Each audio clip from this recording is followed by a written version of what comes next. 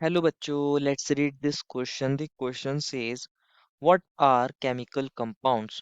बच्चों इस क्वेश्चन में पूछा गया है कि केमिकल कंपाउंड्स क्या होते हैं। तो बच्चों हमें यही बताना है। तो फर्स्ट ऑफ ऑल बात करते हैं इस क्वेश्चन के की कॉन्सेप्ट के बारे में। किसके बारे में बच्चों? इस क्वेश्चन के की कॉन्सेप्ट के बारे में। और की कॉन्सेप्ट क्या होगा इस क्वेश्चन का? Chemical compounds. What is the key concept here बच्चों? The key concept here is chemical compounds. Basically chemical compounds होते क्या हैं? केमिकल कंपाउंड्स बच्चों हमारे पास वो कंपाउंड्स होते हैं जब हमारे पास दो या दो से ज्यादा हमारे पास एटम्स डिफरेंट एलिमेंट्स के कंबाइन करते हैं और जो रिजल्टेंट हमारे पास एक स्पीसीज या मॉलिक्यूल को फॉर्म करते हैं उसी को बोलते हैं केमिकल कंपाउंड। क्या मतलब बच्चों? उसको लिखते हैं बच्चों। हमारे पास when when two or more when two or more atoms when two or more atoms of different elements combine जब हमारे पास दो या दो से ज्यादा एटम डिफरेंट एलिमेंट्स के ऑफ डिफरेंट एलिमेंट्स क्या करते हैं बच्चों? कंबाइन करते हैं। तो जो हमारे पास रिजल्टेंट मॉलिक्यूल फॉर्म होता है, जो मॉलिक्यूल फॉर्म होता है उसी को बोलते हैं कंपाउंड, उसी को बोलते हैं chemical compound. The molecule the molecule formed is called as chemical compound. The molecule formed is called as chemical compound. उसी को क्या बोलते हैं बच्चों? उसी को केमिकल कंपाउंड बोलते हैं, कॉल्ड एज केमिकल कंपाउंड। तो ये तो थी बच्चों केमिकल कंपाउंड्स की बात। ये हमारे पास केमिकल कंपाउंड्स की डेफिनेशन होती है।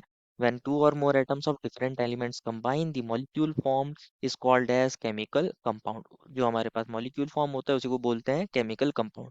इसको एक एग्जांपल से समझते हैं। फॉर एन एग्जांपल, अगर हम एक एग्जांपल लें, एग्जांपल बच्चों हमारे पास H2, हमारे पास कौन होता है? H2 water. ये H2O जो होता है वाटर, इसके अंदर क्या है? बेसिकली ये भी एक कंपाउंड है। क्यों कंपाउंड है? क्योंकि इसके ये दो हमारे पास इसके अंदर दो तो H एटम है, दो हाइड्रोजन एटम्स हैं बच्चों, दो हाइड्रोजन एटम्स हैं और एक इसके पास ऑक्सीजन एटम है। दो डिफरेंट टाइप के एलिमेंट के एटम है।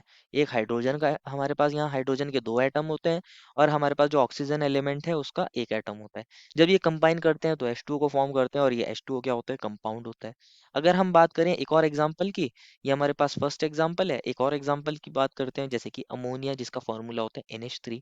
इसके अंदर क्या होता है? बेसिकली एक नाइट्रोजन एटम है, एक नाइट्रोजन एटम है बच्चों, और तीन हाइड्रोजन एटम्स हैं। तीन यहाँ पर हाइड्रोजन एटम्स हैं। हमारे पास हाइड्रोजन एलिमेंट के तीन एटम हैं, नाइट्रोजन एलिमेंट का एक एटम है। जब ये कंबाइन कर रहे हैं तो NH3 को फॉर्म कर रहे हैं। तो NH3 भी क्या होता है? कंपाउंड होता है, केमिकल कंपाउंड होता है।